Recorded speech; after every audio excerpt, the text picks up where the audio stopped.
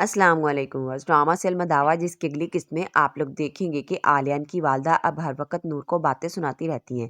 जब सब खाने की टेबल पर बैठे थे तो वो सबके सामने यही कहती हैं कि आयशा और इजाज़ ने भागी हुई बेटी को दोबारा से घर में रख लिया। बहुत पढ़े लिखे बनते हैं लेकिन औलाद को तरबियत देने के मामले में मात खा गए। ये बात सुनकर नूर को अच्छा नहीं लगा और वो खाने की टेबल से उठकर चली गई। आलियान भी शायद नूर के पीछे चला जाएगा और उससे यही कहेगा कि तुम खाना क्यों छोड़कर आई, जिस पर नूर ने आलियान से यही कहा कि ताईजान मेरे मामा बाबा के बारे में इस तरह से बात करती है, मुझसे भी ये बर्दाश्त नहीं होता।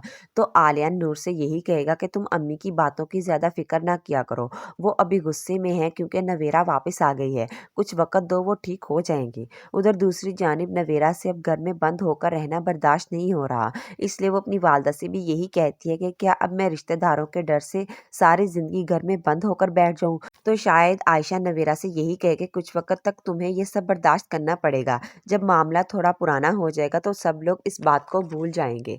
आलियान की वालदा जिनसे ये बर्दाश्त नहीं हो रहा कि असलम साहब ने अपने भाई को उसका हक दे दिया, इसलिए वो आलियान से यही कहते हैं कि मुझे इजाज़ और असफत पर बिल्कुल भी भरोसा नहीं है। मैं नहीं चाहती हूँ कि प्रॉपर्टी में से उन दोनों को कुछ मिले, इसलिए तुम जाकर वसीयत तब्दील करवा लो।